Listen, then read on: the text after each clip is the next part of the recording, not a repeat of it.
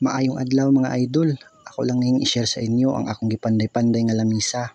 Kining kahoy nga akong gigamit mga idol, pinangayo ra nako sa akong kaila. Dili man gud daw nila magamit, maong ako nalay gamit, kaya aron magamit para naa na tay gamit. Dili ko hawd mo panday mga idol pero kabalo ko mo gamit og MM. MM ba, kung sa Bisaya pa mata-mata.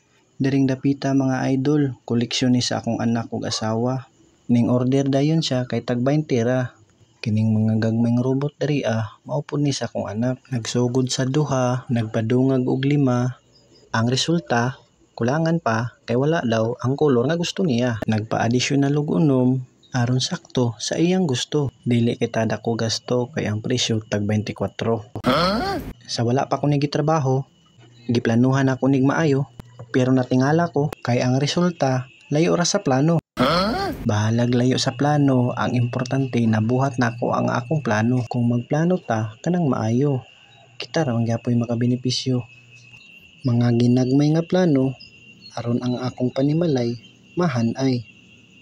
Dili ni basta-basta og special features ang akong lamisa mga idol. Pag human akong trabaho, suksok ko diri sa ilalom, tulog na ko.